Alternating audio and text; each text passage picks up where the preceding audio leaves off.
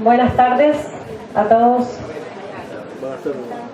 Gracias a los padres, sobre todo, por la invitación a dar testimonio. Me llamo María de Guadalupe Rodrigo, de apellido. Soy de San Luis y entré a la congregación en el año 92, y fui destinada a la misión en el año 96. Es decir, tengo unos 23 años de vida religiosa y 18 años como misionera en Medio Oriente. Ya este año lo llevo todo aquí en Argentina por cuestiones familiares, me tuve que venir de la misión, pero pasé 18 años en el Medio Oriente. Y uno de la misión puede contar muchas cosas, puede contar tantas experiencias distintas,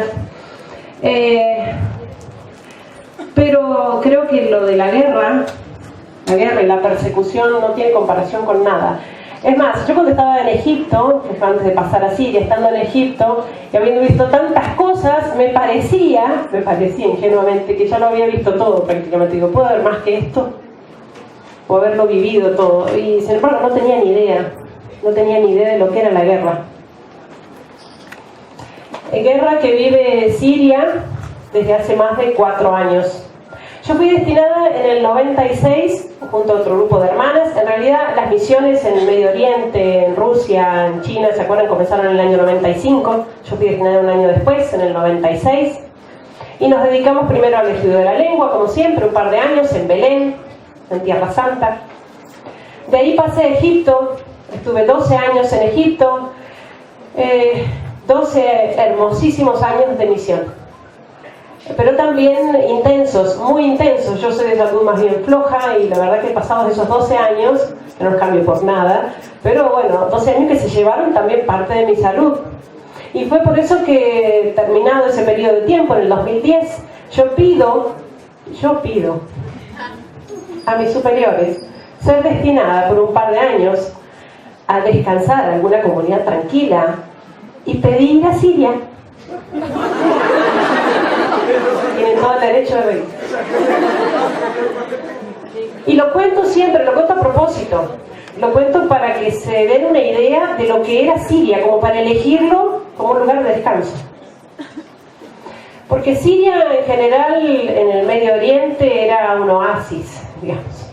Oasis de paz, podríamos decir, en general por lo que se vive en Medio Oriente, en los países donde la mayoría de la población es musulmana y los cristianos una minoría perseguida, discriminada, más o menos en los distintos países, pero eso se percibe en el ambiente, se respira esa hostilidad permanente contra los cristianos. En cambio en Siria se daba esto tan raro de la buena convivencia entre cristianos y musulmanes, que a mí ya me había llamado la atención años anteriores a ser destinada a Siria, habiendo visitado la comunidad de nuestras hermanas allí.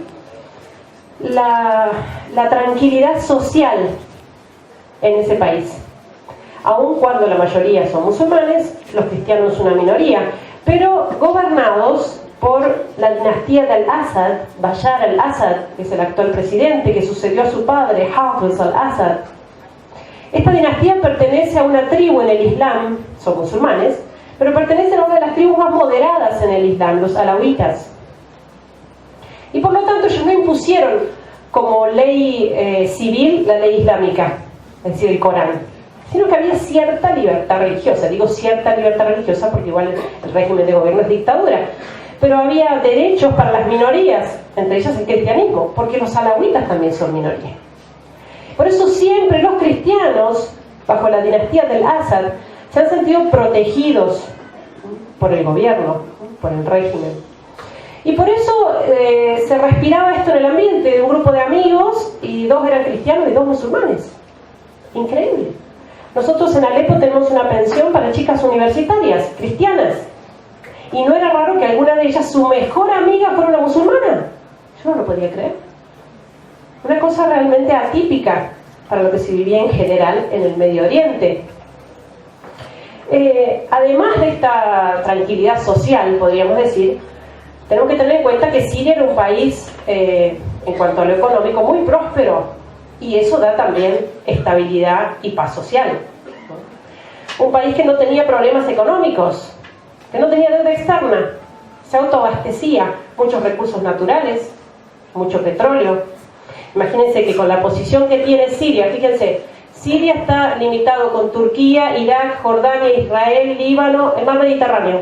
Hasta que se hizo el canal de Suez era el paso único para el comercio entre lo que es África, Europa y Asia. Un país muy rico, un país muy próspero, un país que lo último que se esperaba era una guerra. Comienzan los disturbios en, Túnez, Libia, ¿no? La mal llamada primavera árabe, no tienen nada de primaveral para los árabes.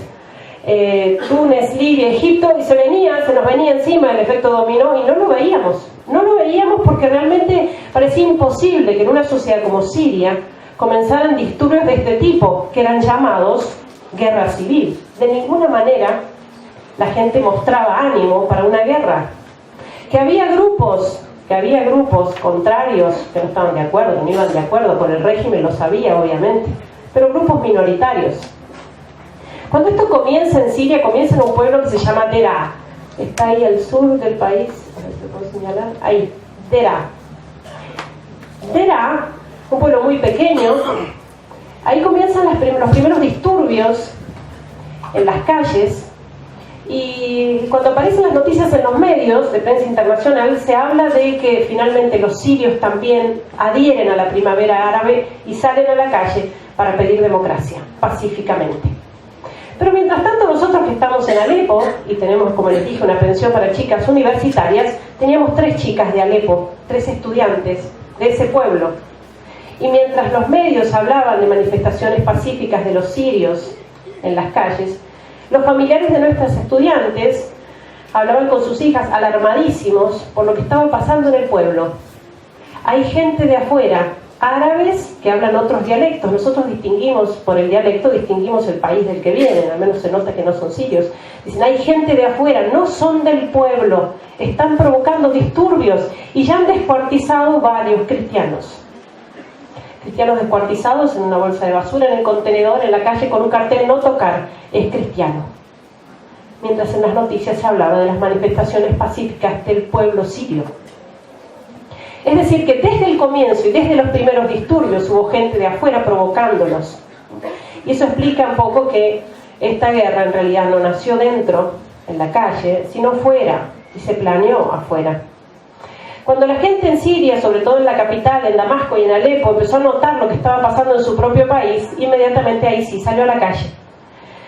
Se armaron manifestaciones y caravanas de miles de personas en la calle que apoyaban a su presidente. No es que Bashar al-Assad sea San Luis, rey de Francia, ¿no? Pero ellos veían la que se venía. Ellos ya se daban cuenta que lo que se venía no era la democracia, sino el fundamentalismo y el extremismo islámico. Y por eso salieron a la calle para apoyar a su presidente. Preferían seguir como estaban. Salieron a la calle con cantos, banderas. Y esas mismas imágenes que nosotros veíamos por la ventana desde el obispado, las veíamos por televisión comentadas de esta manera: sigue el pueblo sirio saliendo a la calle pacíficamente para pedirle a su presidente que se vaya. Es decir, al revés de lo que estaban intentando manifestar. Y por eso para el pueblo sirio, uno de los sufrimientos más grandes, diríamos, aparte, bueno, lo que significa la guerra y la persecución, es el abandono. Es el abandono de Occidente, ha sido el ver tergiversada su voz, porque las veces que han intentado expresarse y manifestarse como cualquier pueblo que tiene derecho a su soberanía, han sido totalmente malentendidos, ¿no? Contrariamente a lo que pretendían manifestar. Es así que se fueron sucediendo las manifestaciones, las tomas de pueblos y de ciudades a manos de estos grupos, ¿no? Grupos fundamentalistas de grupos distintos, muchísimos grupos distintos. El más conocido es el ISIS, pero son muchos. Y a su paso, obviamente desde el principio, estoy hablando del 2011, a su paso arrasando con los cristianos. Esto no es nuevo, desde el 2011. Cuando se empieza a convulsionar de esta manera el país, bueno, obviamente las embajadas, bueno, se paraliza todo por los embargos económicos, también se paraliza la cuestión diplomática y bueno, se levantan todas las embajadas retiran a sus ciudadanos extranjeros, se levantan algunas comunidades religiosas de Damasco y de Alepo, pero muchas quedan, muchos extranjeros que quisieron quedarse.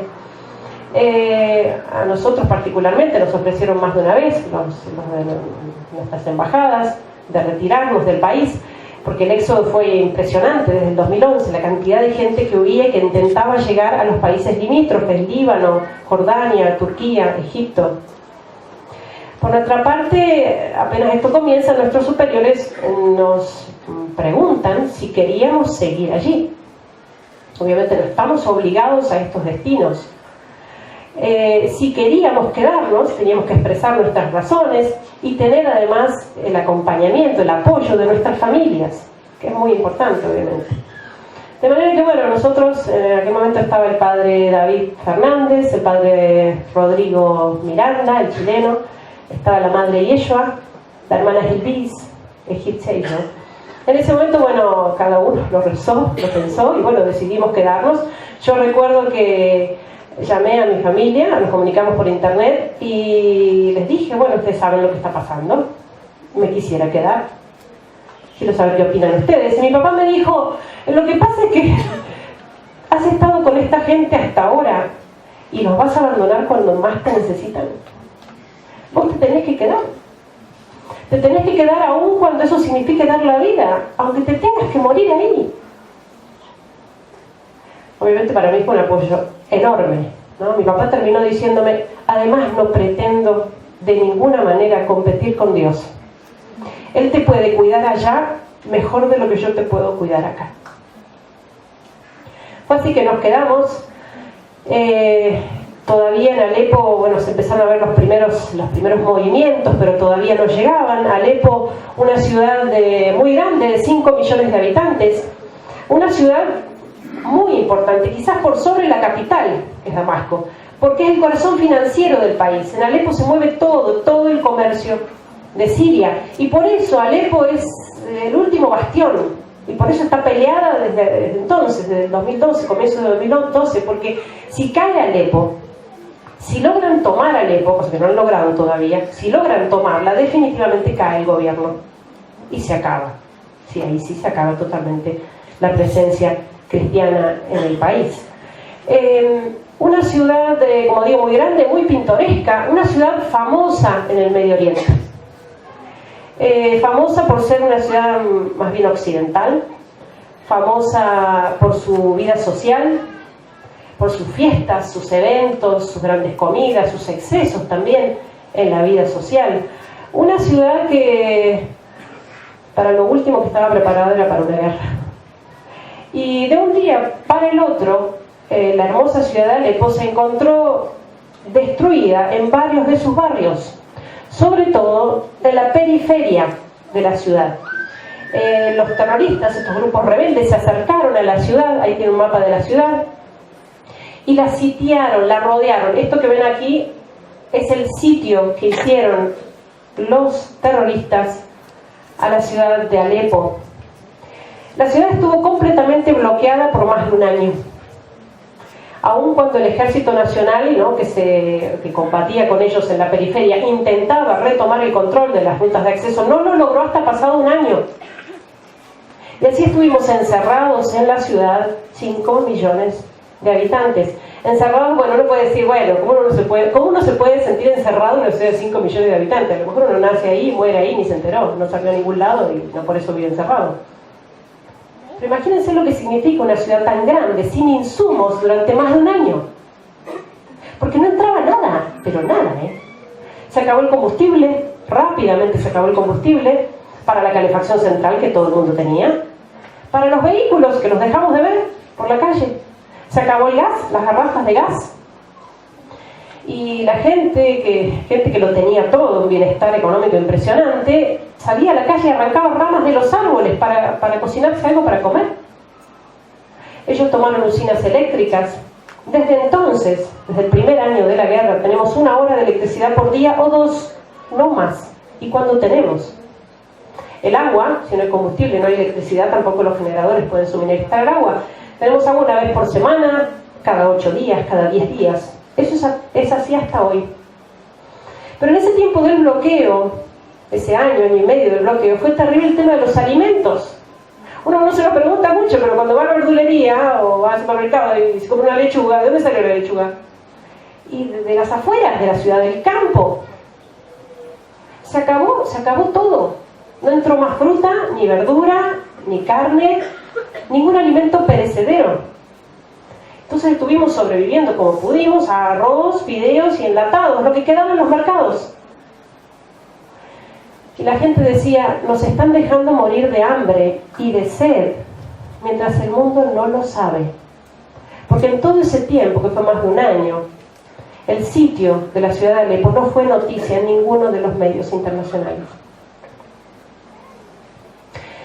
Sumado a esto de, bueno, la carestía de alimentos, bueno, de todos los suministros, el tema del ataque permanente, el bombardeo permanente, porque los enfrentamientos son en la periferia entre el ejército nacional y los grupos rebeldes, pero son terroristas, es guerra sucia. O sea, al menos no es guerra como la que yo me imaginaba, ¿no? Bueno, a campo abierto, un ejército lucha contra el otro, y mientras en el pueblo, en la ciudad, la gente reza por los soldados y manda cartitas. No, ahí los terroristas atacan la ciudad permanentemente, a los civiles, de manera indiscriminada, al azar. Eso fue así desde el comienzo. Y no perdonan ni barrio, ni hospital, ni iglesia, ni mezquita, siquiera. Obviamente que el primer blanco son los barrios cristianos y las iglesias. Pero en general toda la ciudad está siendo castigada. De manera que tenemos guerra en la calle y en cualquier lugar. Y de tal manera, ¿no? Esto se ha hecho tan frecuente que, o sea, yo de los 4 años que pasé ahí, yo no recuerdo un solo día en silencio. Siria tiene 22 millones de habitantes y se calculan, son cifras muy estimativas, se calculan 12 millones de refugiados. Es decir, más de la mitad del país que tiene su casa en este estado. Estamos hablando solo de Siria, ¿no? No estamos hablando de Irak, otro tanto. ¿Cómo se soluciona esto? ¿No? El tema de los refugiados, de lo que se habla tanto, ¿no? En realidad, ayudar a los refugiados está muy bien, recibir a los refugiados está muy bien, ok, abrir fronteras. Pero hay que tener en cuenta que lo que estamos haciendo al ayudar a los refugiados es solamente emparchar. Estamos emparchando el problema, estamos tapando agujeros. No estamos solucionando la causa del problema, cerrando la fábrica de refugiados, que es la guerra. Y por eso este chico sirio, adolescente, que habló en los medios, muy bien habló, dijo, nosotros no queremos ir a Europa. Nosotros estábamos muy bien en Siria, ¡paren la guerra! Y por eso la denuncia tan fuerte de la Iglesia en este sentido, del Papa Francisco, de los obispos de Medio Oriente, que desde entonces están hablando de esto, diciendo, basta de apoyar a los grupos rebeldes, basta de vender armas. Sería tan fácil que se acabara el problema realmente si se acabara el financiamiento de esta guerra, porque obviamente hay muchos objetivos económicos y políticos, y nadie quiere cortarla. Pero fíjense cómo hasta ese tema se maneja, porque la oleada de refugiados que ingresaron en Europa, por ejemplo, la mayoría no son sirios. Tenemos contactos con varios de los nuestros, cristianos de Alepo, que la están pasando muy mal en Europa. Salieron de Siria perseguidos y están en Europa, en Alemania, en un campo de refugiados, sufriendo maltratos de sus vecinos refugiados musulmanes, que ni siquiera son sirios, afganos, pakistaníes, de Arabia Saudita. Tema realmente manejado por los medios y por quienes han planeado todo esto, pero que nos muestran que en definitiva nadie está pensando en el bien real de este pueblo y de esta gente. Bueno, ahora ya hay mucho sol, lo demás que no vean se lo imaginan, ¿sí? Yo se los explico, ustedes se lo imaginan. Esa foto es del centro de la ciudad de Alepo, que era muy pintoresco, y ahora está hecho una pila de escombros. Ahí, lo que ven ahí es un señor con sus niños caminando arriba de los escombros, casi como una cosa normal. Porque realmente se nos hizo una cosa normal, es lamentable decirlo, pero se nos hizo normal. Yo me acuerdo cuando empezó esto, las primeras semanas, había toque de queda, ¿no? Estábamos todos encerrados. Era muy difícil dormir, ¿no? Por las explosiones que eran permanentes, los cañonazos, tiros, ¿no? Los aviones, se rompían los vidrios por las ondas expansivas. Era muy difícil dormir, aún cuando dormíamos en los sótanos, en los subsuelos, ¿no? En general Alepo fue construida así, por una cuestión de estética. Los edificios no son muy altos, 4 pisos lo máximo, 5. Se construye para abajo, 1 o 2 pisos, eso sirve de refugio ahora con la guerra. Pero digo, esas primeras semanas todos encerrados, esperando que, bueno, esto va a pasar, esto ya va a pasar, esto ya va a pasar. Pero fueron semanas que se convirtieron en meses, y meses que se convirtieron en años, porque la situación no cambió en años. Entonces, obviamente, 4 años, no se puede vivir uno encerrado en su casa 4 años, ni puede pasar uno 4 años sin dormir, yo no sé de nadie. Entonces uno empieza a dormir, empezamos a dormir y empezamos a salir y empezamos a vivir, seguimos viviendo. La gente empezó a salir para hacer obviamente las cosas necesarias, nadie salía a pasear en Alepo, ¿no? Ni a mirar vidrieras, pero la gente sale a hacer lo que tiene que hacer, con mucha precaución, con mucho cuidado, ¿no? Uno ya está acostumbrado a ciertos códigos, ¿no? Y a ciertas costumbres para cuidarnos, ¿no? Precaución, andar en la calle siempre muy atentos a los ruidos, ¿no? Porque por más que las explosiones son permanentes y los tiros, uno más o menos, por la experiencia ya calcula más o menos la distancia, qué tipo de arma es, ¿no? Siempre salir con zapatillas, poder correr, pero es lo de todos los días. Sobre todo esos primeros años, eran explosiones cada 5 minutos, 10 minutos, o sea, ruidos permanentes, ¿no? Yo me acuerdo que la gente se reía incluso cuando pasaba 40 minutos, 1 hora que había silencio, y la gente decía, ¿qué pasó? Se durmió el cañón. Porque era rarísimo. Yo recuerdo que, claro, al principio, imagínense, uno está haciendo las actividades que sea, o estábamos comiendo, conversando, nos escucha una explosión, ¡pum! Y se veía el humo, el fuego, entonces, ¿dónde habrá sido? Claro, llamar, ¿quién habrá muerto? Pero claro, cuando eso es cada 10 minutos, uno se pone, no puede hacer nada. No puede hacer nada. Entonces ya está, uno se acostumbra que algún vidrio se rompe, que hay que cerrar las puertas porque se abren por las ondas expansivas, que hay que alejarse de las ventanas cuando el tiroteo es muy cercano. Estando una vez conversando con el obispo, nosotros vivimos en el obispado, el obispo dice, hasta los pájaros se han acostumbrado, dice, porque allí tenemos al Carmelo al lado nuestro, un terreno muy grande de las hermanas, están los cables de alta tensión y los pajaritos, ¿no? Todo en hilerita ahí en los cables. Dice, claro, las primeras explosiones, el primer tiempo, era una explosión y desparramos de pájaros por todos lados. Dice, miren ahora los cables, tenía razón, miren ahora los pajaritos, cada vez eran ¡pum! Y los pajaritos iban y venían, arriba del cable, iban y venían, agarrados como... Pero es impresionante, o sea, cómo esa se transformó en nuestra vida cotidiana y se nos hizo realmente normal. Yo recuerdo que la primera vez que salimos de Siria, de Alepo, salimos al Líbano a la primera noche, no podíamos dormir de tanto silencio, porque uno se acostumbra realmente a eso. Pero pensemos lo que fue para los niños, lo que es para los niños. O sea, 4 años de guerra en un niño que tenía 3 cuando empezó, está pasando su infancia, ¿sí? Es de infancia, vivida así. Niños que en lugar de juntar figuritas, intercambiarse figuritas, juntan balas. Porque es lo que uno encuentra en la calle, en todos lados, en la terraza, en el balcón, uno encuentra balas, ¿no? No es raro que uno vaya caminando en la calle y le caiga una bala cerca, no es raro, uno le levanta caliente todavía del piso. Los chicos juntan balas y se las intercambian de acuerdo al tipo de arma. Bueno, eso que no se ve nada ahí es la mira de un francotirador.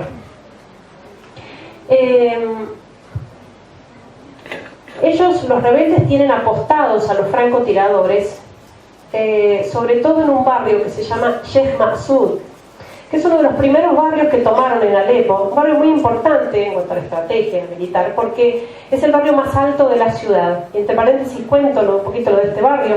Ellos lo tomaron un Viernes Santo a las 3 de la mañana.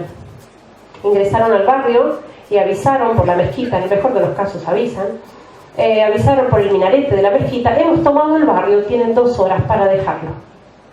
Eran las 3 de la mañana, la gente salió como pudo, con lo puesto, cargando sus niños.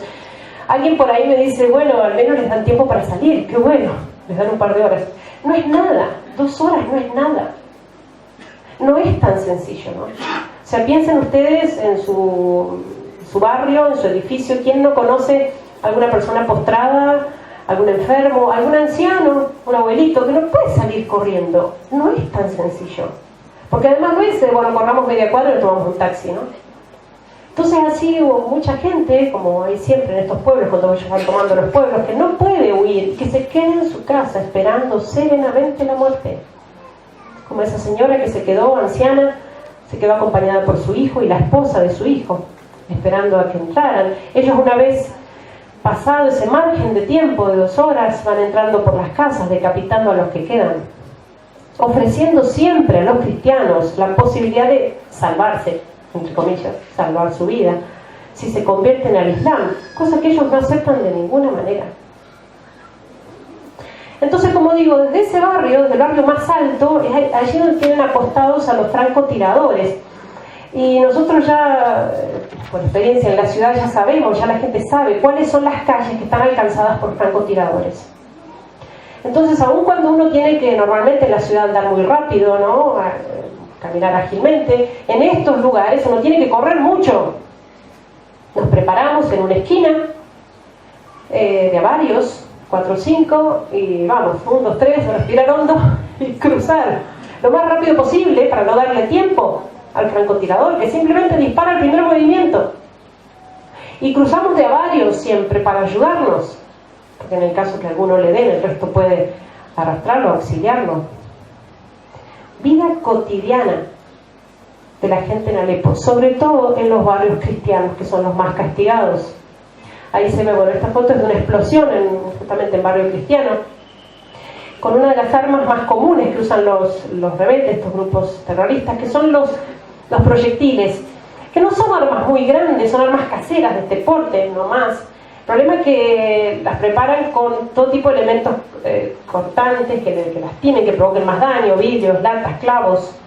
Entonces el problema de la caída del proyectil no es en sí la explosión, digamos, la explosión se lleva a una habitación, no más. No hace más daño que es un proyectil distinto del misil, ¿no? El problema de la caída del proyectil es la onda expansiva, que reparte justamente todos esos elementos, las esquirlas que se llaman, por cientos de metros a la redonda durante varios minutos. Y por eso, con este tipo de explosiones, que son de las más frecuentes en Alepo, ¿no?, cuando uno escucha este tipo de ruido, que ya distinguimos el ruido cuando cae un proyectil, uno sabe que tiene que correr y protegerse detrás de algo sólido para que no lleguen las esquirlas, que provocan más heridos y más muertos. Es tan frecuente la caída de proyectiles, sobre todo en barrios cristianos, que la gente habla de ellos como de la lluvia, utilizan el mismo término en árabe, matar, como cuando hablan de la lluvia. ¿Vieron cuando uno dice cuántos milímetros llovieron este fin de semana?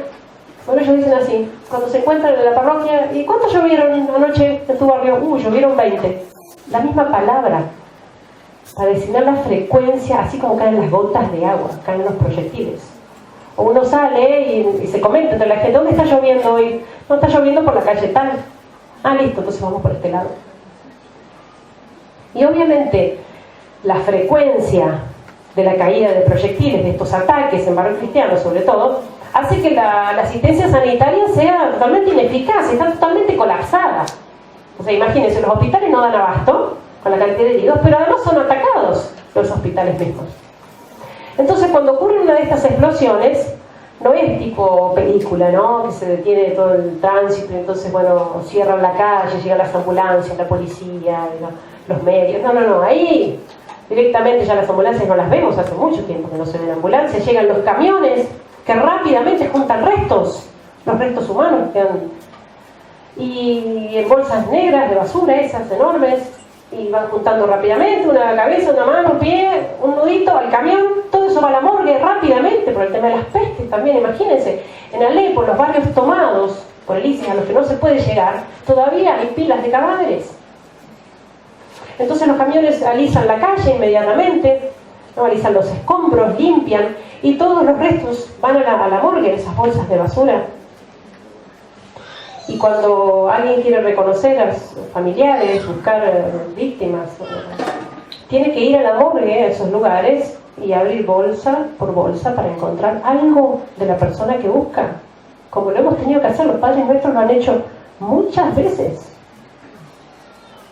Y es impresionante porque son pilas de bolsas con un cartelito, la explosión del barrio Sleimaníe, por ejemplo, barrio cristiano de las 11, y al lado otra pila enorme del mismo barrio, explosión de las 11:30, en el mismo barrio. Iglesias, por supuesto, destruidas. Bueno, esta foto está sacada desde la terraza de nuestro edificio, del obispado, donde vivimos, al lado de la catedral, un edificio muy grande. Esto que se ve aquí detrás es la ciudad universitaria, ¿no?, que aloja en realidad refugiados. Esta foto está sacada unas horas después de la caída de 3 misiles, apenas a 50 metros del obispado, donde vivimos. No proyectiles, sino misiles. El primer misil cayó allí detrás del camión, ahí. Ya está tapado el cráter, fíjense, esta foto está sacada unas 4 horas después o 5. Ya está tapado el cráter, ya los camiones han limpiado. Miren la calle, que parece calle de tierra, pero son los escombros alisados, es calle principal de entrada a la ciudad. Todo eso era arboleda, todo lo que se ve ahí arboleda, aquí negocios ambulantes, aquí las carpas de refugiados, todo eso voló con la explosión del primer misil, que fue a la 1 del mediodía. Ese día nosotros estábamos en la mañana preparando los cantos para la misa de la tarde. Celebrábamos un aniversario más de la dedicación de la catedral. Y estábamos preparando los cantos. A la 1 menos cuarto decidimos dejar de ensayar en el coro de la catedral, en la parte alta, porque hacía mucho frío. Allá tenemos temperaturas bajo cero y no hay modo de calefacción. Estaba muy frío, decidimos dejar y bajamos del coro 1 menos cuarto, y a la 1 cayó el misil que se llevó parte de donde estábamos, en el coro. Pero bajamos, bueno, y a mí se me ocurrió ir a la terraza, porque en la terraza tenemos una pequeña habitación donde está el lavarropas, y salimos poco, digamos, con precaución, pero salimos para el tema de lavarropas. Entonces estaba por salir, a punto de salir, era casi la 1, estaba a punto de salir, y desde el piso de abajo me llama el padre David Fernández. Hermano, ¿dónde anda? Venga, que le digo algo. Le digo, padre, ya vengo, son 2 minutos. Mira el lavarropa, son 2 minutos. Me dice, padre, no, hermana, venga, baje, que le tengo que decir algo. Santa obediencia. Cerré la puerta de la terraza y bajé. Fueron unos pasos nada más hasta llegar hasta donde estaba el padre David, que cayó el misil. Que si me agarra ahí en la terraza encima, que no sé dónde estoy ahora volando. No, probablemente no la cuento hoy. Probablemente. Y la explosión fue tan terrible, eso que nosotros estamos acostumbrados a las explosiones permanentes, ¿no? Pero era un misil y apenas a 50 metros, fue como un terremoto. Restos de asfalto, pedazos de autos que volaban por el aire, y los padres inmediatamente salieron a la calle, los sacerdotes, para asistir, ¿no?, a los heridos. La gente que ingresaba a la catedral, que estaba muy dañada, al obispado, con los heridos, con todo un caos. En el polvo, en los escombros, y nosotras buscando, intentando también identificar a nuestras estudiantes. Era la 1 del mediodía, horario de salida de la facultad. Nos faltaba una de las estudiantes, que se llama Hedra. Y bueno, en medio de semejante caos, la veo sentadita en un banco en la catedral, en el medio de la gente, está toda despeinada, blanca. Digo, bueno, viene de afuera de la explosión. Hedra, ¿cómo estás? Ella dice, me duele mucho el brazo, gritaba de dolor, me duele mucho el brazo, no puedo más. Digo, bueno, te habrás quebrado, no es nada. Vení, vamos, yo te cargo, te ayudo. Y la fui a levantar, le saqué la campera para aliviarla, le saco la campera, cuando se la saco me extraña que la tenía rajada de punta a punta, y cuando le saco la campera ahí le veo que de la espalda le salió un hierro. Tenía un hierro clavado en la espalda. ¿Cómo habrá sido mi cara? Porque yo soy un poco expresiva. ¿Cómo habrá sido mi cara? Porque aparte yo le tanteé el hierro, digo, ¡ay, está enterradísimo! Y le dice, decime qué tengo, decime qué tengo ahí atrás. Y ella no se lo veía. Decime qué tengo ahí atrás. Le digo, no tenés nada. No tenés nada. Te habrá entrado alguna cosita de explosión, pero ya te la van a sacar, algún billetito. Ya vas a estar bien. Y la cargué y la llevamos con el padre al hospital. El padre la pudo confesar antes de entrar al quirófano. Y la salvaron. Le sacaron el hierro que le había atravesado el omóplato, que le había perforado el pulmón. Se estaba asfixiando. Yo casi no podía hablar. Y estoy contando un caso. Un herido de una sola explosión. Esa sola explosión de la 1 del mediodía se llevó más de 400 muertos y cientos de heridos. Y la reacción de la gente, que es lo que me interesa contar con toda esta cuestión, no solamente lo trágico de todo esto, sino la reacción de la gente frente a lo que acababa de pasar en nuestro barrio, en nuestra iglesia, fue que a las 5 o 6 de la tarde ya estaba toda la feligresía juntando escombros, limpiando vidrios, preparando un salón en el obispado para celebrar la misa, porque mucho tiempo, durante varios meses, no pudimos usar la catedral. Y desde ese día había más gente en misa diaria. Prácticamente duplicado el número de gente en misa. No se puede creer. Yo cuando escucho ahora las noticias de lo que pasó, esto terrible que pasó en París, se me parte el alma cuando escucho que, según las noticias, hay gente que tiene miedo en Europa de visitar y frecuentar las iglesias o el Vaticano por lo que pasó en París. Nosotros tuvimos esa explosión a la 1 del mediodía, esa misma tarde había el doble de gente en la misa. O sea, a veces me preguntan, ¿no? Acá la gente allá no se enoja con Dios por lo que les está pasando. No, la tiene muy clara. Ellos sufren mucho, rezan mucho, es muy sencillo. Sufren más todavía y rezan más todavía. La prueba es más grande, hace falta una gracia más grande, hay que pedirla, es muy claro. Es así como viven. Bueno, es parte de esto también de la misma explosión. Bueno, aquí algunos de los nuestros, Sima, estudiante universitaria, 20 años de edad, miembro del grupo Scout, fallecida en una de estas explosiones de proyectiles en barrio cristiano. Nur, entrenadora de básquet, ¿no? Muy joven también, apasionada por el deporte, fallecida también en barrio cristiano por los proyectiles. Miren esta mujer atada a la columna. No es de Alepo, es de un pueblo que se llama Raqqa, que es prácticamente la capital, sería del califato que pretenden instaurar los del ISIS, Estado Islámico. En Raqqa fueron asesinados todos los cristianos. Pongo esta foto porque es de lo más suavecito que me puede poner. Esta mujer cristiana atada a la columna para que todo el que pase la golpee hasta que ella pida convertirse al Islam y reniegue de Jesucristo. Y no lo pide. Los cristianos están siendo masacrados. Ustedes habrán visto, bueno, lo que están difundiendo ellos mismos, los del ISIS, ¿no? Decapitaciones. Están enterrando niños vivos. Sepultan a los niños por ser cristianos, los sepultan vivos a la vista de sus madres, o los crucifican. O sea, cuando el otro viernes sucedió este terrible atentado en París, en Francia, ¿no? Y el mundo se conmocionó realmente por lo que pasó. A mí, la verdad, me dolió un poco el hecho de que, bueno, todo el mundo con la banderita de Francia y hay que rezar por Francia y por París y está muy bien, obviamente hay que hacerlo, está muy bien. Pero qué olvidados están los nuestros en Medio Oriente. Pensando, imagínense, esto que pasó el viernes en París, ¿no? Que sucedió el viernes. Imaginemos, supongamos que volvió a suceder el sábado. La misma noticia terrible, que vuelve a suceder en París mismo lo que ocurrió el viernes. Y otra vez el domingo, imagínense lo que sería. Y otra vez el lunes, y otra vez el martes, y así multiplique por 4 años. No estoy minimizando lo de Francia.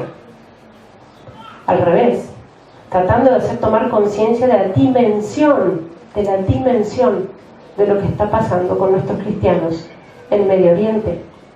Cuando sucedió lo de la revista, entonces ustedes se acordarán, ese atentado, los nuestros decían allá, mueren 10 o 12 por haber ofendido al Islam. Y el mundo no hace otra cosa que hablar de ellos. Nosotros aquí morimos de a cientos todos los días sin abrir la boca y nadie se acuerda de nosotros. Bueno, miren esta foto de algunos de los nuestros de la feligresía, de la catedral.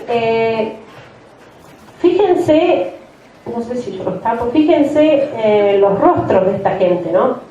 Miren, ahí hay niños, ahí abajo hay niños, ahí hay jóvenes, ancianos. Miren las caras de esta gente. Miren las caras de estos jóvenes. Y díganme qué es lo que llama la atención. La sonrisa. Llama la atención la sonrisa. O sea, cuando nosotros subimos fotos a nuestras páginas, la gente escribe y dice, qué lindas fotos, sobre todo al principio, ¿no? Qué lindas fotos, pero nos gustaría ver fotos de la gente de la guerra. Y son estos. ¡Ay, qué linda foto! ¿La sacaron antes de la guerra? No, son de ahora. Entonces, claro, la pregunta surge espontáneamente. ¿Cómo pueden sonreír así? Y ojo, otra cosa que quiero aclarar, que no es sonrisa de foto, que podría ser, ¿no? No es sonrisa plástica de foto de perfil de Facebook. Dale, sacar rápido. Y ya después vuelvo a la misma cara que tengo siempre. No. Yo he vivido con ellos, por eso soy testigo de cómo viven y que sonríen y que pueden ser felices a la par de tanto sufrimiento. Entonces, ¿cómo se puede sonreír así? Yo les veo las caras a ustedes. Vengo hablando, no sé, hace media hora. No sé. Y les veo las caras sufriendo con ellos, por lo que escuchan. Lo están escuchando contar media hora y lo sufren con ellos. Lo están escuchando contar, no lo están viviendo media hora. Les aseguro que ya es muy distinto. Entonces, ¿qué será vivir esto? No media hora, sino 4 años. Más de 4 años.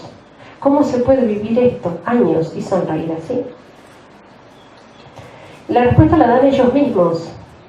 Ellos dicen, antes de la guerra, estábamos tan entretenidos con las cosas del mundo que nos estábamos olvidando de las cosas importantes. Y ahora el sufrimiento, la persecución, la guerra nos dio un sacudón para poner cada cosa en su lugar. Ellos dicen así, la palabra que usan es, la guerra nos ordenó la vida. Nos ordenó la vida. ¿En qué sentido lo dicen? Y porque tenían en primer lugar lo que tiene que ir en el último lugar. Y era gente con un bienestar económico impresionante, entonces lo primero era la fama, el poder, el dinero, el auto que tengo, lo que como, lo que me pongo. Y eran cristianos, practicantes, católicos, misa de domingo, un piecito acá en la iglesia, otro piecito bien enterradito en el mundo. Y así a la par. Y ahora, claro, ¿por qué se dan cuenta de esto? ¿Por qué dicen, ahora descubrimos lo importante, Dios, nuestra alma? ¿Por qué? ¿Qué es lo que les ayudó a hacer el clic, no? Para vivir así. Y ojo, entre paréntesis, vivir más felices que antes, incluso. Y es que nosotros allá viviendo esa situación constante de peligro, de riesgo, y teniendo ese contacto permanente con la muerte, lo que uno tiene es justamente esa experiencia de que es cierto que la vida es corta. Y es cierto que nos vamos a morir. Usted me va a decir, bueno, hermana, que lo que descubrió, qué novedad que descubrió. Sí, pero sin embargo eso todos lo sabemos y no lo pensamos. Yo les pregunto a ustedes que cada uno haga el ejercicio de pensar, bueno, a ver, en 20 años de vida, en 50, en 80, ¿cuántas veces pensé seriamente en que me voy a morir? Y que me puedo morir hoy. No lo pensamos, lo sabemos, pero no lo pensamos. Y aún como cristianos que hablamos de la muerte, el cielo, el infierno, vivimos un poco lo de Padre Fuentes, ¿no? Vivimos como si fuéramos a estar acá una eternidad. Y juntamos y amontonamos y nos preocupamos y nos angustiamos por un montón de cosas que no nos vamos a llevar. Nada, no nos llevamos nada. Eso es lo que les pasa a ellos allá. Cuando uno tiene ese contacto tan constante con la muerte, que en el grupo mañana ya no está, y el otro día él, y el otro día ella, y bueno, dice, bueno, me puede tocar a mí, hoy me puede tocar a mí. O sea, uno se va a dormir allá, el bombardeo es tan intenso de noche, tan intenso, se mueve el edificio, y uno dice, bueno, a lo mejor mañana no me levanto. Yo me acuerdo que lo pensaba todas las noches, a lo mejor no me levanto ya mañana. Este puede haber sido mi último día. Entonces ellos dicen eso, este puede ser mi último día, ¿cómo quiero vivirlo? Ahí está la clave. ¿Cómo quiero vivirlo? Si es mi último día y quiero ir al cielo, ¿me voy a estar preocupando por las cosas materiales de la manera en que me estoy preocupando? Si es mi último día, ¿me voy a estar peleando cuando es mi último día? Yo recuerdo que cuando me llamaban de mi casa por internet y hablaba con mi mamá, disfrutaba esa conversación, no se lo decía a ella para no angustiarla más, pero yo disfrutaba hablando con ella porque decía, bueno, ¿qué es todo lo que quiero decirle? Porque a lo mejor es la última vez que hablo con ella hoy.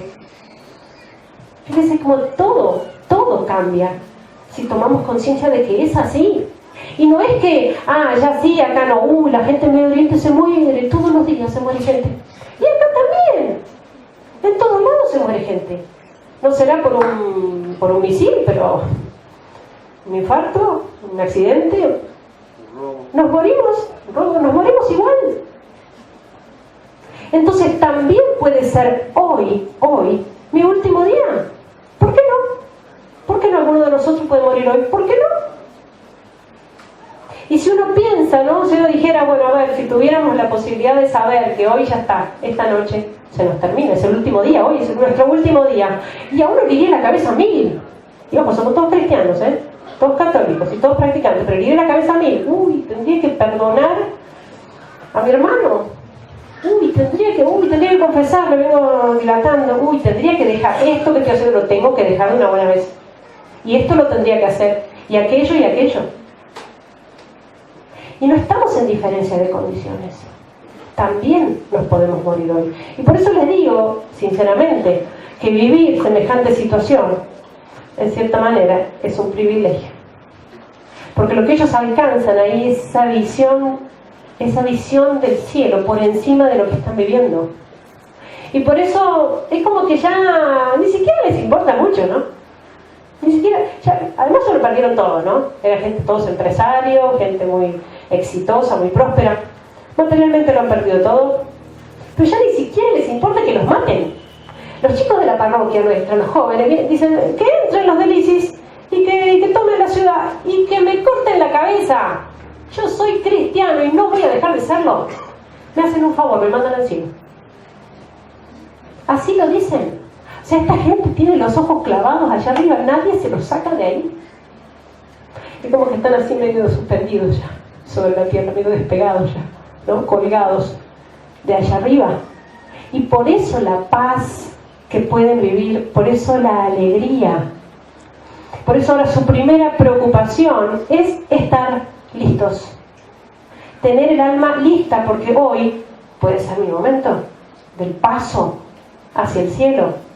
Y por eso la preocupación de frecuentar los sacramentos, misa de domingo y misa diaria, todos los que pueden.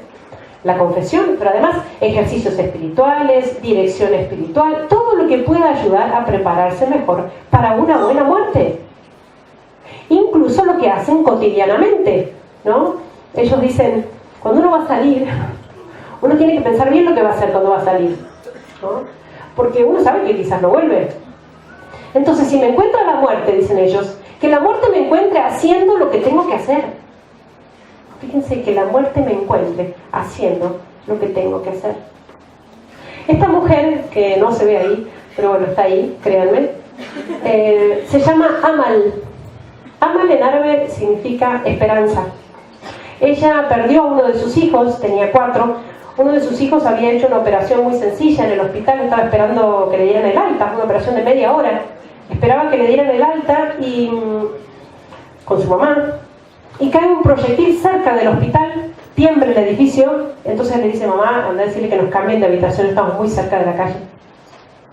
Sale la mujer a buscar ayuda y en ese momento cae un segundo proyectil a la ventana cerca. Cuando la mujer se vuelve sobre sus pasos por el estruendo, se encuentra en la habitación con su hijo despedazado en la explosión. Ella lo llora muchísimo, su hijo se llamaba Nahum, muy joven, y ella dice, mi hijo Nahum ya estaba preparado para el cielo, yo lo veía preparado para el cielo, y ahora la Virgen lo cuida allá mejor de lo que lo puedo cuidar yo. En definitiva es ella su madre. Fíjense qué más dice esta mujer. Además, no soy la única sufriendo esta desgracia. ¿Cuántas familias destrozadas por la guerra? ¿Cuántos sufriendo más que yo? Fíjense. ¿Cuántas veces nosotros estamos compadeciéndonos, autocompadeciéndonos? ¿Por qué yo? ¿Por qué sufro tanto? ¿Por qué hay tantos sufriendo más que yo? Cuando acababa de perder a su hijo en el hospital. Y ella cuenta que siempre estaba con miedo de que le cayera un proyectil en su casa, ¿no? En barrio cristiano, que cayera algo en su casa, y que este hijo, Nahum, siempre le decía, mamá, citando el Evangelio, mamá, no tengas miedo de los que pueden matar el cuerpo, pero no pueden matar el alma. Y ella dice, yo con estas palabras me tranquilizaba y ahora mucho más. Cuando ella me contó eso, yo me acordé también de mi mamá, que una vez conversando con sus amigas, las señoras le decían, ¿no viste las noticias? ¿Cómo no te traes a tu hija? ¿No te preocupa que tu hija se muera en la guerra? Mi mamá les dijo, ustedes me lo dicen a mí, ¿a ustedes no les preocupa que sus hijos y sus hijas salen de noche los fines de semana, llegan a cualquier hora? Droga, alcohol, muertos, pero en el alma, ¿no es eso más preocupante? Y realmente es algo que nosotros tenemos que plantearnos. ¿Es eso lo que ellos viven diariamente? ¿Es lo que se han dado cuenta? Que lo único que les tiene que preocupar es la muerte del alma. Ustedes como madres, ¿no? Como padres tienen que preocuparse por sus hijos, obviamente, cuidarlos, no que los niños no se enfermen, que los niños no se mueran, obviamente, que un hijo no se muera. Pero sobre todo tiene que cuidar que a un hijo no se le muere el alma por el pecado, porque eso con la muerte no tiene vuelta. Yo creo que a veces las madres están preocupadas, desveladas, que no duermen durante días porque tienen un niño con gripe o fiebre y como sufre, no puedo ver sufrir así, no puedo dormir de verlo sufrir así, pero si dicen, ya se le va a pasar la fiebre y la gripe, enseñarle a sufrir, ofrecerlo, ¿no? Estamos así de preocupados, sin poder dormir, cuando tenemos un hijo que vive en el pecado, que tiene su alma muerta por el pecado. Entonces por eso a ellos les cambió la vida. Porque realmente la única preocupación es la salud del alma. Fíjense que hasta el cuerpo, que ellos cuidaban tanto, ¿no? Esta gente, ¿no? Hasta el cuerpo, ellos ahora lo ven todos los días. Ni el cuerpo uno se lleva. Entonces, ¿por qué preocuparme tanto por él cuando lo más importante lo llevo adentro? Miren aquí, esta señora que está ahí, a ver si la voy a señalar. Esta señora, ella, Nadine se llama, Nadine, muy joven, tiene 2 niños, uno se llama Joey, el otro Joseph, y esta mujer me decía un día, emocionada, con lágrimas en los ojos, me decía, esto que le voy a decir, hermana, va a sonar muy mal, pero la verdad es que estos últimos años son los años más felices de mi vida. Y lo decía llorando de emoción. ¿Cómo puede decir eso una persona que perdió su casa, fue bombardeada en el primer año de guerra? Su marido perdió el trabajo, la fábrica completa, fue tomada, saqueada, incendiada. Perdió parientes, perdió todo. Y dice, son los años más felices de mi vida. Ella dice, porque gracias al sufrimiento me acerqué realmente a Dios y se fortaleció mi fe. Y eso no lo cambio por nada, porque en definitiva es lo único importante. Fíjense que un anciano de la catedral nos decía, nosotros como cristianos estábamos necesitando una purificación de nuestra fe. Y eso por eso es que ellos saben leer lo que está pasando con ojos de fe y darse cuenta que a pesar de este gran mal que están padeciendo, Dios se las arregla para sacar bienes mayores. Porque materialmente hablando, sí, han perdido todo, pero espiritualmente hablando, nunca han estado mejor. Hay algunos de nuestros estudiantes. Fíjense cómo la vida que llevan ordenada, es decir, tener cada cosa en su lugar, hasta los ayuda a disfrutar más de las cosas materiales, de lo poco que tienen. Eso es impresionante. O sea, uno los ve divertirse, disfrutar y reírse más que cuando eran millonarios.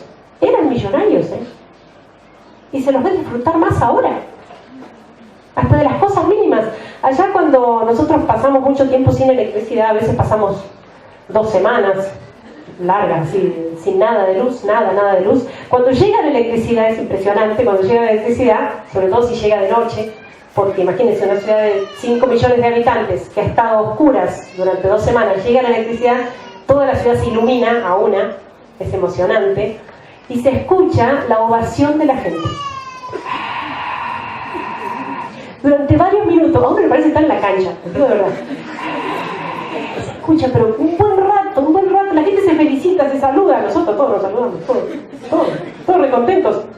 Porque llegó la luz por 2 horas. ¿A quién se le ocurre festejar que llegó la luz por 2 horas? Están todos locos. No les digo cuando llega el agua. Eso sí que es un acontecimiento. Porque cuando llega el agua, que es una vez por semana o cada 10 días, es cuando uno se puede bañar. Y entonces poder bañarse es un acontecimiento para uno y para todos los demás. Imagínense. Y cuando eso va llegando por barrios, ¿no? El agua. Entonces cuando ya uno lo ve venir a alguno de los chicos del grupo que viene entrando ya a la catedral, y viene ahí, se lo ve venir arregladito, peinadito, todo, dicen los otros, ¡ay, este desgraciado se bañó! ¿Te bañaste? Sí, me bañé. Y se usa Mabruk, se dicen, que en árabe es felicitaciones. Mabruk, felicitaciones, y todos nos saludan. ¿En serio nos saludamos, por podernos bañar? O sea, a mí nunca, yo tengo 42 años, en mi vida se me hubiera ocurrido hacer una cosa así. ¿Felicitarme o qué? Por poder bañarse. Lo que pasa es que nosotros no sabemos lo que tenemos. No nos damos cuenta de lo que tenemos. Allá la manera en que uno disfruta un vaso de agua fresca, ni se los digo, no estoy hablando de Coca-Cola, ¿no? Un vaso de agua fresca.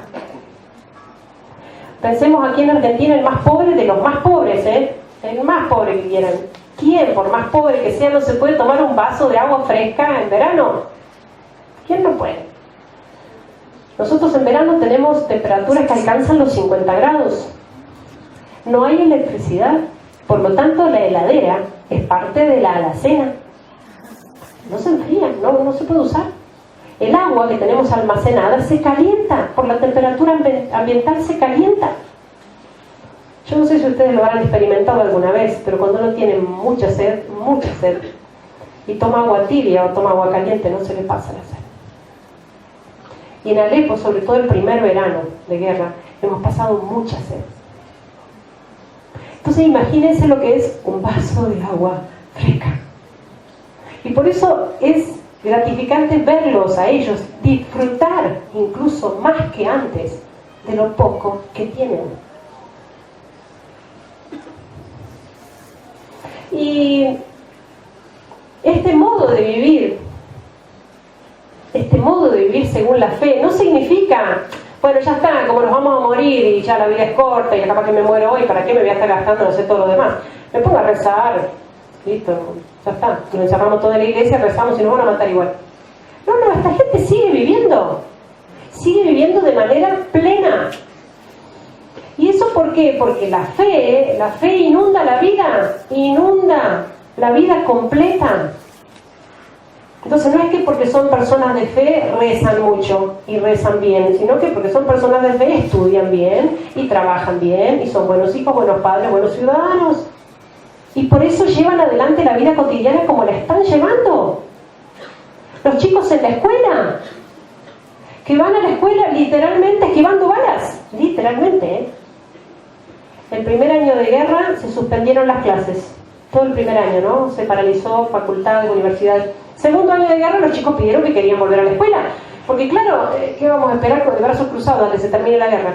¿Y si pasan 10 años, van a volver a la secundaria? Pidieron volver a la escuela, se reabrieron las escuelas.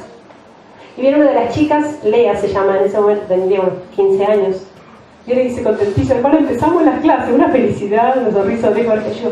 Me daba risa porque era una de las tantas que se quejaban de la escuela, agonizaban con la escuela, la última semana contando los días con los presos que ya se terminen. Y ahora feliz con la escuela, el primer día de clase, feliz. Sí, está complicado porque hay que compartir la escuela con los refugiados, pero está buenísimo, empezamos las clases. Dice, de a rato no escuchamos a la profesora por el ruido del bombardeo.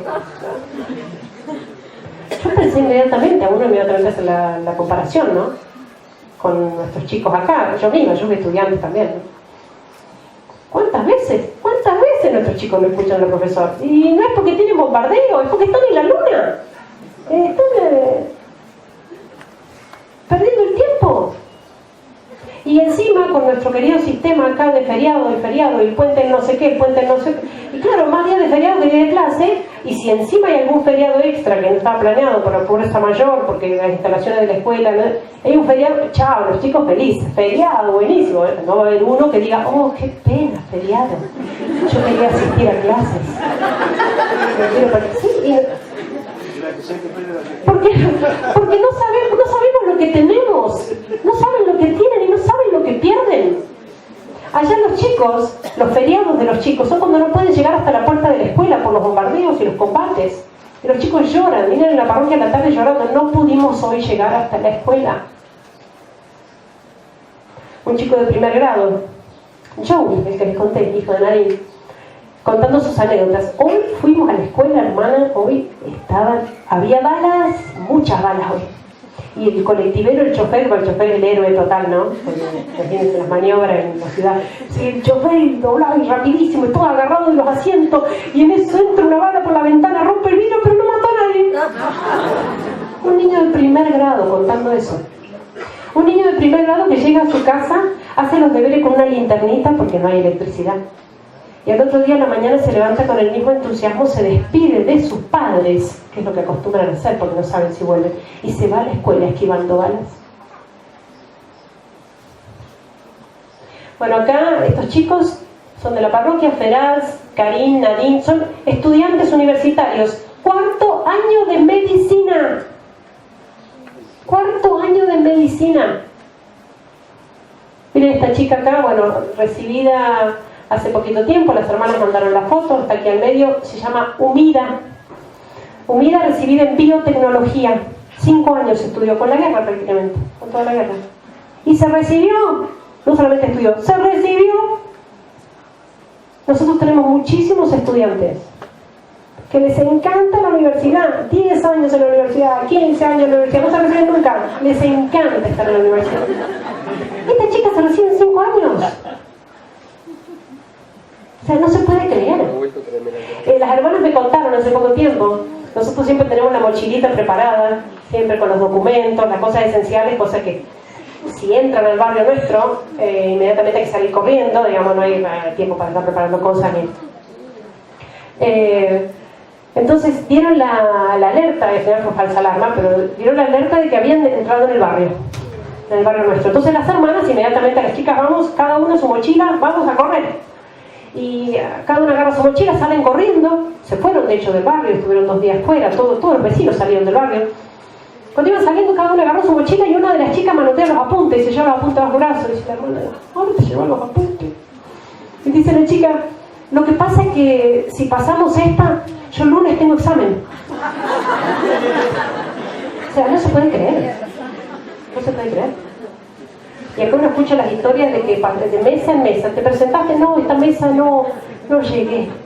Para la mesa no llegué. Y la otra mesa, ¿no te presentaste? No, en esa mesa tuve diarrea, no pude.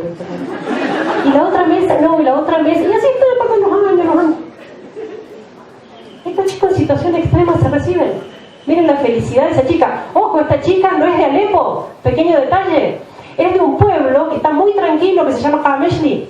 Ella se podría haber quedado tranquilita en su pueblo y se fue a Alepo, bajo las bombas, incomunicada con su familia, para poder recibirse. Miren esto, bueno, a lo mejor la conocieron, fue muy difundido en las redes sociales, una boda. Miren, un poco particular, tiene las paredes descascaradas la iglesia y no hay vidrios. Un casamiento que se hizo al mediodía, entra el sol, porque la iglesia no tiene techo. Y se casaron, y flor de casamiento, en una iglesia sin techo. Y nosotros acá con nuestros jóvenes luchando para que se casen, luchando. Con esas parejas de novios que ya llevan 10 de novio y que ahora ya pusieron fecha para el 2025. Para el 2025. Y sí, porque para el 2025 ya va a estar listo el salón, ese que ya tenemos señado desde ahora, y ya vamos a tener esto y aquello, y entonces para casar. Y lo más lindo es que no se casan, no se casan. Y ya viven juntos, y ya todo, ya no hay ni novedad. Si se casan, ya no hay ni novedad. Y esta gente se casa en una iglesia sin techo. Vida cotidiana, guiada por la fe. muchacho, Rami se llama. Rami iba a misa todos los días a la catedral, rosario y misa, empresario. Él tiene una historia un poco particular porque él en realidad cuando era chico, cristiano, ¿no? Bautizado, pero no era practicante, un chico muy mundano, muy superficial. Cuando tenía 14 años sus amigos lo invitan a ir a la iglesia. Él dice, no, yo la iglesia no la piso, no, pero dale, vení, vas a ver que te va a gustar, está lleno de chicas lindas. Entonces fue, él cuenta que él fue, tenía 14 años. Y fue a misa, claro, era el mes de mayo es el mes de la Virgen allá en Medio Oriente, y las iglesias se llenan todos los días, llenan las iglesias, incluso hasta hoy, ¿no? Con la guerra. Y bueno, él dice que iba contentísimo todos los días con sus amigos, se quedaba al fondo mirando a las chicas. Pero claro, pasó el mes de mayo, 1 de junio, y él estaba de nuevo plantado ahí, 1 de junio, entró a la iglesia, 10 viejitas. Dice, ¿qué pasó? ¿Quién se llevó a las chicas? Entonces dije, no, lo que pasa es que terminó el mes de María. Es el mes de María que viene tanta gente a misa diaria. Y entonces él dice, en ese momento, una gracia muy especial de Dios, de conversión, dice, en ese momento me puse tan triste y tan mal que dije, Señor, te prometo que desde hoy hasta el día que me muera no te voy a dejar solo ni un solo día. Desde entonces, desde los 14 años, este muchacho va a misa todos los días. Un día no lo vimos en misa, en la catedral, sospechamos que algo había pasado, de asistencia perfecta, así que algo le había pasado, lo habían secuestrado, se lo llevaron atado, lo encerraron en un bañito muy chiquito, una letrina chiquitita, sentado en una silla atado con gruesas cuerdas y con esposas en las manos, tiene todavía las marcas de las esposas ahí en las muñecas. Dice que bueno, fueron 2 días que se pasó rezando y rezando, pidiéndole a Dios que lo librara, porque ya le habían dicho que apenas recibieran el rescate de dinero lo iban a matar. Dice que rezaba, allá quieren muchísimo la oración a la Virgen bajo tu amparo, que es la oración más antigua, conocida a la Virgen, es una oración de las preferidas para ellos. Rezaba el rosario y también lo rezaba San Miguel Arcángel, ¿no? San Miguel Arcángel defiéndonos en la batalla, en árabe la oración, tiene mucha devoción a San Miguel. Entonces dice que rezaba y rezaba y rezaba. Y pasados esos 2 días rezando constantemente, se le ocurre fingir un dolor de cabeza y empieza a gritar y gritar que le dolía la cabeza. Lo cansó al que lo cuidaba y le dice, no, que necesito tomar algo para el dolor de cabeza, no puedo más. Este sale para buscar algo. Entonces en ese momento dice, yo me encomendé a la Virgen y de una rompí todas las cuerdas. Que él cuando lo cuenta dice, fue un milagro. Eran cuerdas muy gruesas. Si hubiera podido desatarme solo, no hubiera estado ahí 2 días sentado. Se rompieron todas las cuerdas a una, se liberó de la silla fácilmente y salió, todavía con las esposas en las manos. Se encuentra con que había luz natural, dice, bueno, al menos no estoy en un sótano, es más fácil escapar. Cuando se va a acercar era un balcón de un 2.º piso. Y ya iba subiendo el secuestrador, dice, bueno, no me quedaban muchas opciones, me encomendé a San Miguel, dice, me encomendé a San Miguel Arcángel y me tiré del 2.º piso. Se salvó, se quebró muchísimo, pobrecito, pero se salvó su vida, nosotros lo cargábamos, porque además era un chico muy devoto, muy piadoso, pero deportista cero, ¿no? Cero, cayó re mal. Y aparte lo cargaban todos, porque cuando él decía que se había encomendado a San Miguel, le decía, bueno, pero a San Miguel le hubieras pedido las alas. Él se reía, estuvo en el hospital mucho tiempo, hasta que pudo caminar de nuevo, pero contando su historia y su milagro a todos. Y cuento uno, porque uno no puede contar todo. Pero milagros como ese todos los días. Milagros de fe. Es impresionante ver vivir a esta gente. Y ver vivir a esta gente, como les dije antes, con los ojos clavados en el cielo. Yo les cuento una anécdota nada más con respecto a esto. Estaban hablando los jóvenes, de ellos, y uno decía, se llama Fadi, decían, ya vamos a estar un día sentados afuera al aire libre, ¿no? Porque ahora no, sentarse afuera a comer una buena comida árabe, ¿no? Cosa que no podemos hacer ahora. Al aire libre, los niños jugando, sin miedo, sin ruidos, todos felices. Entonces yo, la monja, le dije, pero sí, Fadi, esta guerra va a pasar, esta guerra se va a terminar. Y me dice Fadi, no, hermana, estoy hablando del cielo. Fíjense cómo vive esta gente. Ciertamente están recibiendo una gracia especial de Dios, ¿no? Son mártires, son confesores de la fe. Tenemos muchas historias de gente secuestrada y que ha sufrido torturas y cómo se han mantenido firmes en la fe. De hecho, se levantan actas, ¿no? Se hizo una comisión para levantar actas de los confesores de la fe. Hay un señor que estuvo secuestrado 1 mes y medio. Él dice que estaba encerrado en un establo muy pequeño, sin ventanas, con otras 30 personas, otros 30 musulmanes, y lo sacaban cada día solamente para el interrogatorio, con la ametralladora acá. O te haces musulmán, o te matamos. Y él cuando lo explica, un hombre muy sencillo, muy simple, él dice, es muy graciosa la expresión en árabe, es como si dijera, no, usted no les da, usted no les entra, usted no les da, no entienden nada, yo soy cristiano. Y mi corazón es de Jesucristo, no puedo hacer nada, mátenme, háganme lo que quieran. Yo soy cristiano y mi corazón le pertenece a Jesucristo. Y cuando él lo contaba, él dice, ¿usted puede creer, hermana, que me encerraban y al otro día me sacaban para preguntarme de vuelta lo mismo? Esta gente no entiende nada. Y este señor, que estaba encerrado ahí con otros 30 musulmanes, es asmático. Sufrió varios ataques de asma. Él dice que en muchos momentos se sentía morir por el ataque de asma porque no había aire, que era verano, sin ventanas, el establo. Dice, yo me arrodillaba y rezaba y entraba aire y me aliviaba. Al punto que cuando me tocaba dormir, porque éramos tantos que no podíamos dormir todos a la vez, entonces algunos acostados, otros esperaban parados, cuando me tocaba el turno de dormir, nosotros, los musulmanes, me despertaban y me decían, arrodillate y rezale a tu Dios que no podemos más, porque cuando vos rezás tenemos aire. Y yo me arrodillaba y rezaba y todos se aliviaban. O como ese muchacho que estuvo también secuestrado, un muchacho que era un poco superficial, un muchacho cantante, no era practicante, ¿no? Pelito largo, así muy... cantaba en los bares, y fue secuestrado apenas comenzó la guerra. Y cuando lo llevan atado, él dice, él lo cuenta, entonces está levantado en acta, él dice, Dios mío, no te pido nada, porque lo que vaya a hacer, lo que sea que me vayan a hacer, me lo merezco por la vida que he llevado. Pero si me libras de esta, te prometo que cambio de vida. Y él dice que lo tenían encerrado y lo sacaban para el interrogatorio. Un chico que no practicaba desde chiquito, desde la primera comunión. Y dice que en el interrogatorio le decían, no, porque usted tiene que hacerte musulmán. No, yo soy cristiano, a mí no, yo soy cristiano, háganme lo que quieran. Un muchacho que no practicaba. O sea, qué sencillo hubiera sido para él, sí, ya está, listo, ¿dónde que te firme? Ya está, listo, mira otra cosa, listo. No, yo soy cristiano. No, porque ustedes que creen en 3 dioses. Pero no, dice, ustedes no entienden nada. Padre, Hijo, Espíritu Santo, 3 personas distintas en un solo Dios verdadero. Y una explicación, cuando yo lo escuchaba le digo, George, ¿y de dónde sacaste eso? ¿Te lo acordabas del catecismo? ¿Qué me voy a acordar? Las palabras me venían, no me podía callar.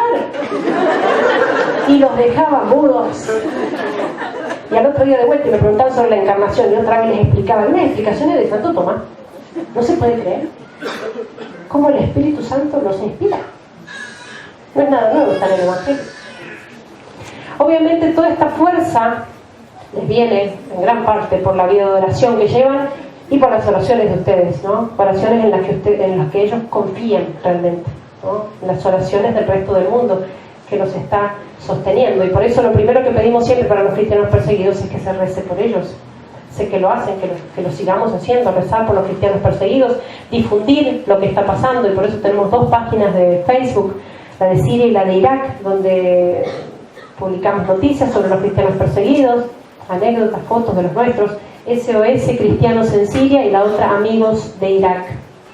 Y para terminar les paso un video, una canción compuesta por un cantante argentino que se llama Maxi Larghi, que se llama Soy Nazareno, en referencia a este signo que a lo mejor conocen. Este signo es la letra Nun, una letra árabe. La letra Nun es la primera letra de la palabra Nasrani. Nasrani significa nazareno. Y se ha hecho el símbolo de los cristianos perseguidos.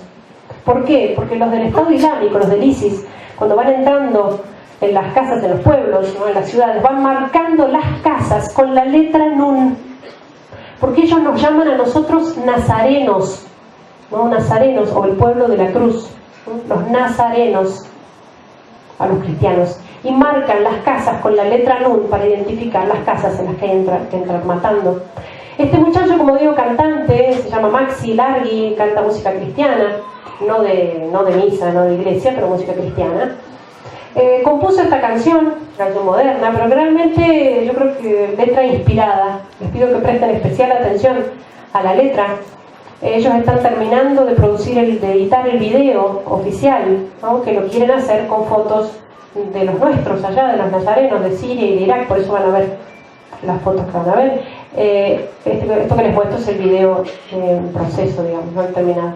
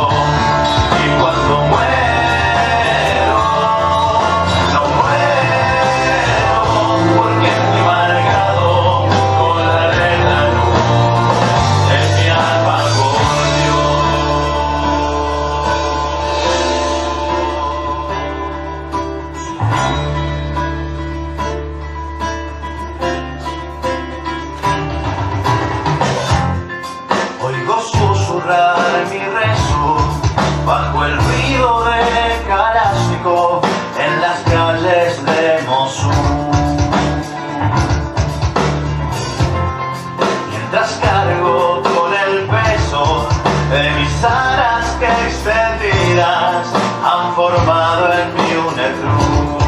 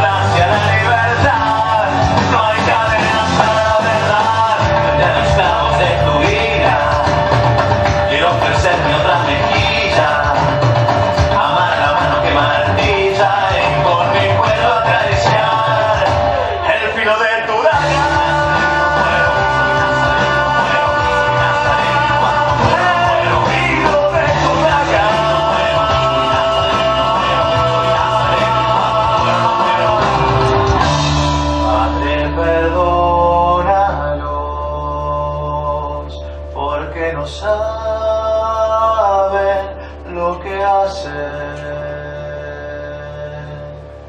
Hijo, perdónanos, porque no hacemos lo que hiciste.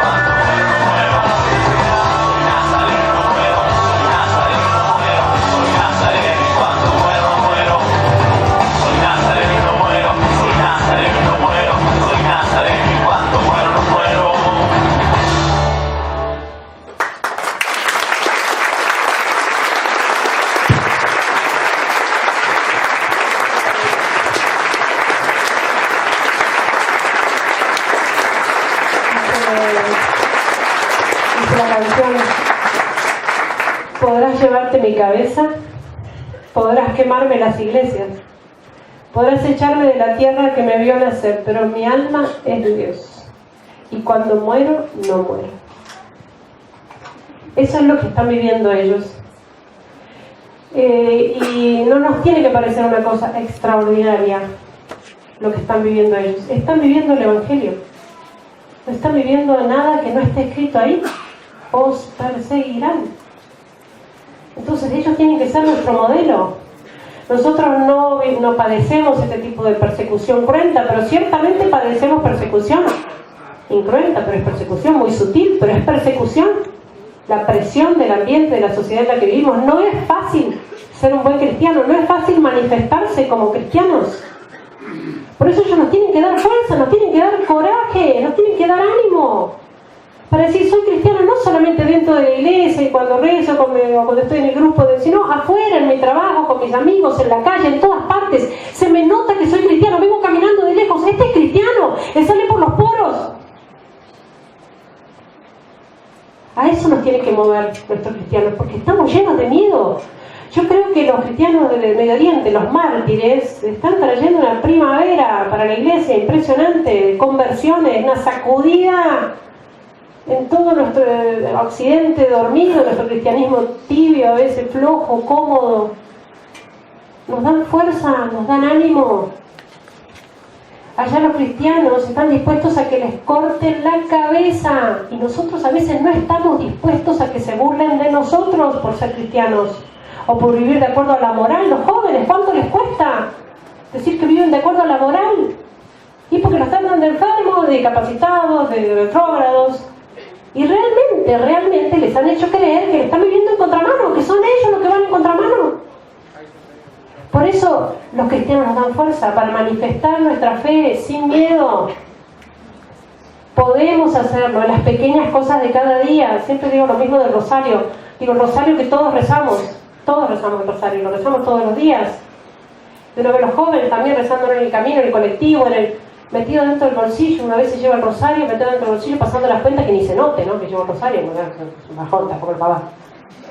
¡Pero que se note que estoy rezando el rosario! Lo llevo en la mano, no con la en el cuello nomás, en la mano, y lo voy rezando, pasando las cuentas y rezando el rosario. Tengo 10 minutos de ida para la facultad o para el trabajo, otros días de vuelta, rezo un rosario, y de vuelta. En vez de estar pensando pavadas, rezo el rosario, tantas cosas por las que uno tiene que pedir, y hago apostolado, testimonio, voy con el rosario en la mano. Otro que me ve pasar con el rosario dice, uy, el rosario, ¿cuánto hace que no lo rezo? Hoy lo voy a rezar. Y seguro que ese día que yo estuve con el rosario en la mano rezando en la calle, otra persona más lo va a rezar gracias a mi apostolado. Lo tenemos que hacer. Basta de vergüenza. Nosotros rezamos, bendecimos la mesa en nuestras casas, pero cuando salimos a comer con amigos, a un restaurante, tampoco. Si bendigo la mesa, la bendigo así para mí, para adentro. El otro día cuando estuve en Buenos Aires fui a la iglesia siria ortodoxa y el obispo con parte de la feligresía nos invitaron a un restaurante después de la charla y nos sentamos en una mesa larga llena de gente al restaurante. Dice, bueno, ya llegó la comida, bueno, todos de pie, en el nombre del Padre, del Hijo y del Espíritu Santo, bendice, no sé, toda la gente así al lado mirando. Yo digo, qué geniales, son geniales. Eso no lo hacemos nosotros, ellos son sirios, saben por qué lo hacen. Se tatúan la cruz los egipcios. Son pueblos martiriales que se distinguen y se animan mutuamente para la vida de fe que quieren llevar. Por eso nos enseñan a nosotros a dejar de esconder nuestro cristianismo.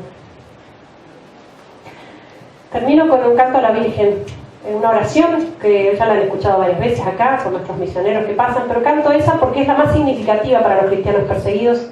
Es de la oración: bajo tu amparo nos acogemos, Santa Madre de Dios, no desoigas las súplicas que te dirigimos en nuestras necesidades, antes bien líbranos de todo peligro, oh Virgen gloriosa y bendita. Que lo hagamos a modo de oración, rezando por los cristianos perseguidos, rezando por nuestros misioneros que siguen allá. Está la Madre de Nazaret, la hermana Mahabba, que es egipcia, la hermana Yustios, que es peruana, y los padres David Fernández y Rodrigo Rojas, y tantos otros misioneros de otras congregaciones, ¿no? Muchas. Rezar por ellos. Esta canción es muy significativa, digo, porque es impresionante verlos a ellos cantar, ¿no? Cuando están en la iglesia, imagínense los bombardeos, el ruido del bombardeo, las explosiones, sabiendo que las iglesias son el primer blanco, y ellos con su librito en la mano, cantando con una fuerza, ¿no? Como queriendo tapar el ruido de las explosiones. Traten de imaginarse que los escuchan cantar y de unirse a sus oraciones.